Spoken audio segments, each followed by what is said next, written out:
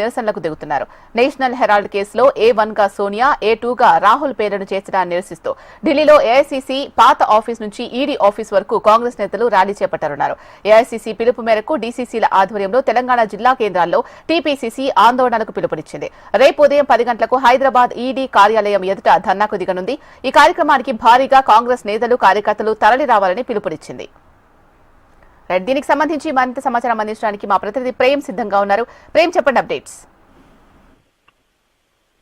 శీలా, మీరన్నట్టుగా ఏదైతే దేశవ్యాప్తంగా సంచలనం రేపేటువంటి నేషనల్ హెరాల్డ్ కేసు విషయంలో ఈడీ ఇద్దరిని రాహుల్ గాంధీతో పాటు సోనియా గాంధీని చేర్చడంపై దేశవ్యాప్తంగా కూడా నిరసనలకు పిలుపునిచ్చింది ఏఐసీసీ. దాంట్లో భాగంగా రాష్ట్రంలో రేపు ఈడీ ఆఫీసు ముట్టడి అనుకున్న నేపథ్యంలో లేదు ఈ రోజు అని చెప్పి ఏఐసీసీ కార్యాలయం నుంచి పిలుపు రావడంతో అనుకున్న మరికొద్ది సేపట్లోనే రేపు పొద్దున్న 7 గంటలకు ఈడీ ఆఫీస్ ముందు టీపీసీసీ చీఫ్ ఆధ్వర్యంలో పెద్ద ఎత్తున నిరసన కార్యక్రమం చేపట్టబోతున్నారు. ఈ రోజు ప్రతి జిల్లాలో, తెలంగాణ రాష్ట్ర వ్యాప్తంగా ఉన్నటువంటి ప్రతి జిల్లా కార్యాలయంలో సోనియా గాంధీతో పాటు రాహుల్ గాంధీ ఇద్దరు పేర్లు చేర్చడంపై కూడా నిరసనలు చేయాలని చెప్పి టీపీసీ చీఫ్ పిలుపునిచ్చారు. రేపు జరగబోయేటువంటి కార్యక్రమానికి కూడా పెద్ద ఎత్తున రాష్ట్ర వ్యాప్తంగా ఉన్నటువంటి ప్రతి నియోజకవర్గం నుంచి పెద్ద ఎత్తున కాంగ్రెస్ కార్యకర్తలంతా కూడా ఈ నిరసన కార్యక్రమంలో పాల్గొనని పిలుపునిచ్చారు. Sheela,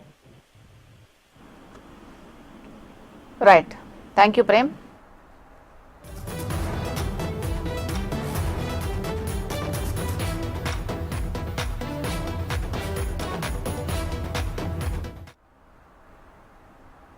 national Herald case chargesheet లో సోనియా గాంధీ, రాహుల్ గాంధీ పేర్లు చేర్చడం అప్రజాస్వామికమన్నారు MP Chamala Kiran Kumar Reddy. ED National Herald కేసులో సోనియా గాంధీ, రాహుల్ గాంధీ పేర్లను ఛార్జిషీట్ లో చేర్చడం సరికాదు అన్నారు. ఆ కంపెనీలో ఎటువంటి ట్రాన్సాక్షన్స్ చేసే అవకాశం లేదు అన్నారు. ఎటువంటి ట్రాన్సాక్షన్స్ కూడా జరగలేదని స్పష్టం చేశారు. ఇది కేవలం ఒక రాజకీయ కుట్ర మాత్రమే అని అన్నారు.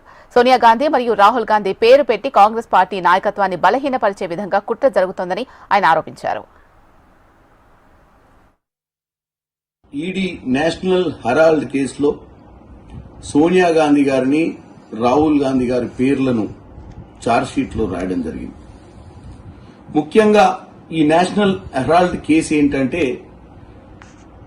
ఆ పర్టికులర్ నేషనల్ హెరాల్డ్ కు ఉన్నటువంటి ఆస్తులను కాపాడడానికి ఒక కంపెనీ ఫ్లోట్ చేయడం జరిగింది. ఆ కంపెనీలో ఎటువంటి ట్రాన్సాక్షన్లు చేసే అవకాశం లేదు. ఎటువంటి ట్రాన్సాక్షన్లు కూడా జరగలే, కమర్షియల్ ట్రాన్సాక్షన్స్. కేవలం ఒక రాజకీయ కుట్ర ఇది.